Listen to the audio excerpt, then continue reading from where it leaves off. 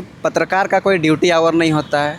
24 घंटा उसका duty hour रहता है। रात के अंधेरे से सूर्य की रोशनी तक हमेशा उसको काम करना पड़ता है। कहीं पर भी कुछ भी इन्फॉर्मेशन होता है, ऐसे ऐसे जगह पर भी जाया जाता है जहाँ पे तुरंत प्रशासन नहीं पहुँचता, वहाँ पे पत्रकार पहुँचता है। तो ऐसे में क्या होता है कि ऑलरेडी जब हम लोग बालू के अवैध खनन पे हम लोग बात को रखते हैं, कोयले के अवैध खनन पे बात को रखते हैं, या फिर फर्जी ज़मीन जो लूटपाट चल रही है उस पर अगर हम लोग बात को रखते हैं, तो इसमें क्या होता है कि कुछ लोग टारगेट कर लेते हैं और टारगेट कर लेते हैं जिसको लेके जो है कि कॉल आने लगती है, धमकी आने लगती है कि तुम्हारा चैनल उड़ा देंगे या तुमको देख लेंगे, इस टाइप के धमकी आने लगता है। अभी हम लोग लोक भवन के बाहर हैं और जिस तरह से पता होगा कि आए दिन झारखंड के डिजिटल मीडिया में काम करने वाले पत्रकारों के साथ जिस तरह से बदसलूकी की जाती है उसको लेकर सभी कोई त्रस्त हैं, लेकिन कोई आवाज़ उठाना पसंद नहीं करते हैं। आज तमाम जो लोग हैं हमारे कैमरे के पीछे भी हैं और हम लोग भी जो हैं आज महामहिम राज्यपाल महोदय से मिलकर जो है इस चीज़ों की, इन पीड़ाओं को उनके समक्ष रखने का काम किए। हमारे साथ रवि भास्कर जी हैं, साथ में सबको ही हैं, सबको मिले थे। मिलने के बाद उन चीज़ों को रखने का कोशिश किए जो वाकई में धरातल पे जो गतिविधियां उत्पन्न हो रही है उस चीज़ों को हम लोग उठाते तो ज़रूर हैं, लेकिन आने वाले समय में और इस वक्त जिस तरह से स्थिति बनी हुई है झारखंड की डिजिटल मीडिया में काम करने वाले पत्रकारों के साथ, उन चीज़ों को लेकर मिले थे। भास्कर जी हैं जो डिजिटल मीडिया में हमेशा जो है अपनी बातों को मुखरता से रखते हैं और हम मुद्दा को आवाज़ बुलंद करने का काम करते हैं। किन मामलों के साथ जो है आज महामहिम से मिलने पहुंचे हुए थे, क्या आश्वासन दिया गया? दरअसल ये पहली बार झारखंड में ऐसा कुछ सीन आपको मिल रहा होगा जिसमें कोई पत्रकार, डिजिटल स्वतंत्र पत्रकार महामहिम राज्यपाल से मुलाकात करती है, एक प्रतिनिधिमंडल हम लोगों का। और उसका मुख्य उद्देश्य यही था कि डिजिटल पत्रकारिता के समक्ष जो ये समस्या उत्पन्न हो रही है उस समस्या को लेकर के कोई भी हम लोगों का सुध लेने वाला नहीं है। किसी पत्रकार पर एफआईआर हो जाता है, फर्जी मुकदमा हो जाता है, उस पर उत्पीड़न किया जाता है, दबाव डाला जाता है, चाहे वो कोई भी अंग हो, वो पावरफुल होता है और पत्रकार को चाँपने की कोशिश करता है। जब से डिजिटल पत्रकारिता का आविर्भाव हुआ है, आप चीज़ें मोबाइल पर आपको मिलने लगी हैं, खबरें मोबाइल पर मिलने लगी हैं, उसके पीछे कहीं ना कहीं एक डिजिटल पत्रकार काम कर रहा है। और अगर स्वतंत्र रूप से अकेले एक माइक फ़ोन कैमरा के साथ वो निकल रहा है अपने चैनल्स के माध्यम से और सरकार द्वारा बनाए गए नियमों के हनन होते हुए अगर उस दृश्य को दिखा रहा है और उस पर अगर कोई आकर के आक्षेप लगा रहा है, उस पर फर्जी मुकदमा कर दे रहा है, तो समझिए कि उस पत्रकार का जान खतरे में है। और ऐसा एक बार नहीं, पिछले कई दफ़ा ऐसा हो चुका है जिसमें पत्रकार डरे हुए हैं। और रांची में इवेंट पत्रकार मार खाए हैं, झारखंड के विभिन्न हिस्सों में मार खाए हैं और इसके लिए पत्रकारों ने प्रोटेस्ट किया है, सरकार से नियमों की मांग की है। आपने पिछले दफ़ा देखा होगा एक मंत्री भी इसमें कहीं ना कहीं शामिल थे। और दूसरे में आप देखेंगे कि जिस प्रशासन को पत्रकार हमेशा सहभागिता के साथ किसी खबर को चलाता है, जो पत्रकार हमेशा प्रशासन को अपना सहयोगी मानता है, वही प्रशासन कभी अपने गलती में जब फंस जाता है तो उसके ऊपर एफआईआर कर देता है। तो आखिरकार पत्रकार का कोई नहीं है, पत्रकार के लिए कोई संरक्षण नहीं है, पत्रकार के लिए कोई नियम नहीं है। हम लोग काम करते हैं तो संविधान के आर्टिकल 19A के मार्फत से हम लोग जो अभिव्यक्ति की आज़ादी है उसके मार्फत से किसी से सवाल पूछते हैं कि भैया जवाब दीजिए। तो ये गुनाह अगर नहीं है तो फिर एफआईआर दर्ज होगी तो हम लोग फिर कहाँ जाएंगे।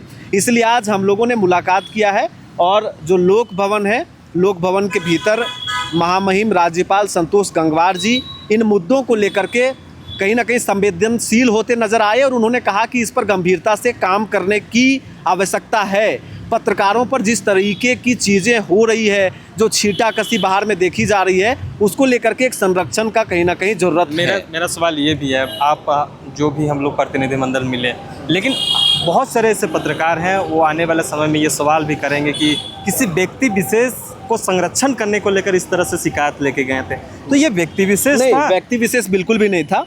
यहाँ लिखा हुआ है, महोदय हम झारखंड राज्य के पत्रकारगण आपका ध्यान राज्य में पत्रकारों के साथ बढ़ती उत्पीड़न की घटनाओं की ओर आकृष्ट कराना चाहते हैं। ये एक बहुत बड़ा मुद्दा है दोस्त, कि अगर किसी पत्रकार के साथी के साथ उत्पीड़न हो रहा है, जो पत्रकार आम आदमी के उत्पीड़न के खिलाफ खड़ा होता है, दिखाता है, सवाल लेता है हुक्मरानों से, अगर वो उत्पीड़न का शिकार हो जा रहा है तो ये तो सवाल है, और मैंने शुरू में ही स्पष्ट लिखा है। उसके बाद मैंने जिक्र किया है कि रिसेंट में लोकतंत्र 19 के पत्रकार के साथ क्या हुआ, उससे पहले कई पत्रकारों के साथ क्या हुआ, उसको मैंने बारीकी से ब्रीफ किया है। और माननीय महोदय ने कहा भी है कि इस संदर्भ में हम जांच के लिए इस पूरे ज्ञापन को अग्रतर हम कार्रवाई के लिए भेजे हैं, जांच की जाएगी और पत्रकारों के लिए जो बातें आएंगी उस संज्ञान में रख करके यहाँ से उन दिशा निर्देश दिया जाएगा। जी मैम, ये क्या परिचय हुआ आपका? मीरा श्वेता। क्या लगता है कि आज आप महामहिम से मिले? बहुत सारी चीज़ें होती हैं, जब धरातल पे आप जाओगे तो बहुत सारी चीज़ें उस तरह के देखने को मिलती हैं। आपके साथ ऐसा क्या समस्या हो गई थी जो आपको भी इस मुहिम का हिस्सा बनने को लेकर मजबूर हुए? जी देखिए, सबसे पहले तो एक पत्रकार कौन होते हैं? पत्रकार वो होते हैं जो जनता के छोटे छोटे मुद्दों को, बहुत सारे जो सरकार तक नहीं पहुंच पाते, पत्रकार ही वो जरिया होते हैं जो पहुंचाते हैं और उसका समाधान करने के लिए आगे बढ़कर आते हैं। लेकिन एक पत्रकार के लिए कौन खड़ा है, ये सबसे बड़ा सवाल है। पत्रकार के ऊपर ही कुछ ऐसा आरोप लग जाए, उनके ऊपर फर्जी FIR किए जा रहे हैं, तो ये कहीं ना कहीं गलत है कि जो आपके लिए मदद कर रहा है उसके ऊपर कुछ हो जाए तो उनके ऊपर उनकी मदद करने के लिए कौन खड़ा है। हमारे साथ भी घटना घटित हुई है। हम नगड़ी गए हुए थे जब, तो वहाँ पर कुछ गुंडे हमारे पीछे पड़े थे। इनफैक्ट हमारे साथ जो साथी पत्रकार थे उनके साथ हाथापाई भी की गई थी। मैं वहाँ मौजूद थी, मैं अपने आंखों से मैंने देखा तो वो दुर्घटना को। तो मुझे उस समय मेरे मन में ये सवाल हुआ कि हमारे लिए कौन खड़ा है। महामहिम ने क्या आश्वासन दिए आपको? उन्होंने कहा है कि इन बातों को संज्ञान में लेंगे और फिर जो जहाँ तक उनका दायरा है वो उन पर जांच बैठाएंगे। अभी इतनी बात हुआ है। ये सवाल आएंगे कि आप ही लोग में से, चाहे हम लोग में से ही क्यों इस मुद्दा को इतना ज़्यादा तूल दे रहे हैं? बहुत सारे डिजिटल मीडिया में काम करने वाले पत्रकार हैं, कोई तो मुखर रूप से इस बातों को नहीं रख रहे हैं। जी देखिए, मुझे नहीं पता क्यों नहीं मुख्य रूप से सामने आ रहे हैं, लेकिन ये बहुत बड़ा मुद्दा है। मुझे लगता है कि पत्रकारों को इकट्ठा होना चाहिए और इस बात को बहुत ही गहराई से लेना चाहिए और इस पर काम करना चाहिए, एकजुट होना चाहिए, क्योंकि ये पूरे पत्रकार के लिए बात है। रुपेश जी भी हैं, क्या लगता है कि इस तरह से जो घटनाक्रमें हुई हैं, आप डिजिटल में अभी बहुत सारे नए नए लोग भी जुड़ रहे हैं और पुराने लोग भी हैं, लेकिन इस वक्त जो है ज़रूरत क्यों पड़ा कि एक पत्रकार का समूह महामहिम से मिलता है और मिलने के बाद सारी चीज़ों को दिखाते हैं, बताते हैं? तो ये चीज़ें अन्य लोग भी कर सकते थे, लेकिन हम लोग या आप लोग में से क्यों ऐसा? देखिए, ऐसा करना इसलिए ज़रूरी पड़ा क्योंकि पत्रकार का कोई ड्यूटी आवर नहीं होता है। 24 घंटा उसका ड्यूटी आवर रहता है। रात के अंधेरे से सूर्य की रोशनी तक हमेशा उसको काम करना पड़ता है। कहीं पर भी कुछ भी इन्फॉर्मेशन होता है, ऐसे ऐसे जगह पर भी जाया जाता है जहाँ पे तुरंत प्रशासन नहीं पहुँचता, वहाँ पे पत्रकार पहुँचता है। तो ऐसे में क्या होता है कि ऑलरेडी जब हम लोग बालू के अवैध खनन पे हम लोग बात को रखते हैं, कोयले के अवैध खनन पे बात को रखते हैं, या फिर फर्जी ज़मीन जो लूटपाट चल रही है उस पर अगर हम लोग बात को रखते हैं, तो इसमें क्या होता है कि कुछ लोग टारगेट कर लेते हैं और टारगेट कर लेते हैं जिसको लेके जो है कि कॉल आने लगती है, धमकी आने लगती है कि तुम्हारा चैनल उड़ा देंगे या तुमको देख लेंगे, इस टाइप के धमकी आने लगता है। तो जिससे क्या है कि हम तो सबका आवाज़ उठा रहे हैं, अभी नीट का आवाज़ उठाएं, JPSC का आवाज़ उठाएं, पत्रकार ही उठाया ना, जिसको लेके इतना बड़ा आंदोलन हुआ और सरकार को भी कहीं ना कहीं उसको झुकना पड़ा है।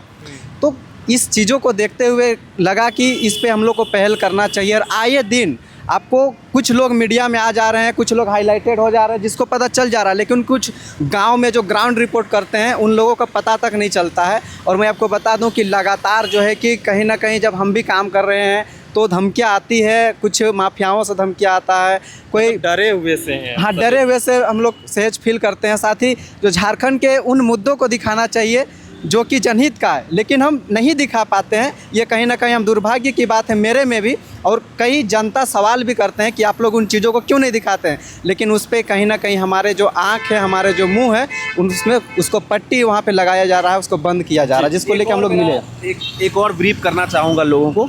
सवाल ये है कि पत्रकार राज्यपाल से क्यों मिलने गए? राज्यपाल से राज्य की जनता, कोई विभाग, कोई समूह, कोई समुदाय, कोई संगठन मिलने जाता है जो परेशान होता है। पत्रकार तो राजभवन के बाहर खड़ा होकर के उसको दिखाता है। आखिरकार पत्रकार क्यों गया? तो पत्रकार भी कर्मी है, पत्रकार का भी शरीर है, पत्रकार अपने सशरीर के साथ काम करता है। और क्यों गए उसका आंसर ये है, मैंने लिखा है पॉइंट में कि राज्य सरकार एवं पुलिस प्रशासन को निर्देशित किया जाए कि समाचार प्रकाशन के कारण किसी भी स्वतंत्र पत्रकार पर अनावश्यक दबाव ना बनाया जाए तथा बिना ठोस साक्ष्य के फर्जी प्राथमिकी दर्ज करने से बचा जाए, क्योंकि पत्रकार खबर दिखाएगा कि लड़ेगा केस। सही बात। और दूसरा, पत्रकारों की सुरक्षा, अभिव्यक्ति की स्वतंत्रता एवं प्रेस की स्वतंत्रता सुनिश्चित करने के लिए प्रभावी दिशा निर्देश जारी किए जाएं। अब ये मुख्यमंत्री नहीं करेंगे, इसलिए नहीं करेंगे क्योंकि सचिवालय में भी खबरें निकलती हैं। मैक्सिमम खबरें सचिवालय से निर्गत की जाती हैं, लेकिन सचिवालय पर पिछले दिनों पत्रकारों के जाने से बैन लगा दिया गया है, वहाँ पर हम लोग नहीं जा सकते हैं। तो आप बताइए कि किसके पास जाएंगे? जो राज्य के प्रथम नागरिक हैं, अगर वो आदेश जारी करते हैं पत्रकारों के संदर्भ में, इस इकाई के संदर्भ में, तो हम लोगों को सुरक्षा व्यवस्था को लेकर के, प्रेस स्वतंत्रता को लेकर के अंदर में ये फीलिंग आएगा कि चलिए कोई ना कोई हमारे साथ में खड़ा है। इसके लिए हम लोगों ने ये आवाज़ उठाई और ज्ञापन सौंपा है। क्या कहिएगा उन तमाम डिजिटल मीडिया में काम करने वाले पत्रकारों को इस मुहिम से जुड़ने को लेकर? इस मुलाकात के बाद क्या होनी चाहिए? मतलब एकजुटता दिखती है नहीं, लेकिन क्या अपील करना चाहेंगे आप? बिल्कुल, जो लोग इस वीडियो को देख रहे हैं और पत्रकार हैं, ऐसा नहीं कि वो नहीं इसका भुक्तभोगी हैं, सारे लोग इसको फील कर रहे हैं और सारे लोग कहीं ना कहीं इसका हिस्सा हैं कि उनको सहना पड़ रहा है। किसी का माइक टूट रहा है, किसी का कैमरा टूट रहा है, पुलिस उसको कहीं धकिया दे रहा है। तो भैया, हम अपने अधिकारों की बात करने के लिए क्या हम किसी और कंट्री में जाएंगे? इसलिए समय ये है कि हमको अपने ही देश में इस अधिकार के लिए खड़ा होना पड़ेगा। जो लोग नहीं खड़े हैं, शायद उनको इस मुहिम में आनी चाहिए, और मुझे लगता है कि तमाम लोग इसमें सक्रिय रूप से साथ हैं और वो आएंगे कहीं ना कहीं, और एक मंच तैयार होगा और जिस पर इसकी बात होगी कि पत्रकारों के ऊपर आने वाले समय में इस तरह की चीज़ें बर्दाश्त नहीं की जाएगी, वरना पत्रकार तमाम चीज़ों का बायकॉट करेंगे खुद। ये वीडियो बनाने का मेन मोटिव यही था। जिस तरह से हो रही हैं राज्य भर में जो घटनाएं घटित हो रही है, इस चीज़ों को आप लोगों तक पहुंचानी थी। बाकी आप भी अगर इस चीज़ों से परेशान हैं, शोषित हैं, पीड़ित हैं, तो इस मुहिम का साथ दीजिए। और वीडियो में जो कुछ भी हुई वो तमाम लोगों के लिए है, हमारे व्यक्तिगत तौर पे नहीं था। सभी के लिए आवाज़ें उठाई जा रही हैं। तमाम चीज़ों की जानकारी को लेकर बने रहे, देखते रहिए जोहार, नमस्कार।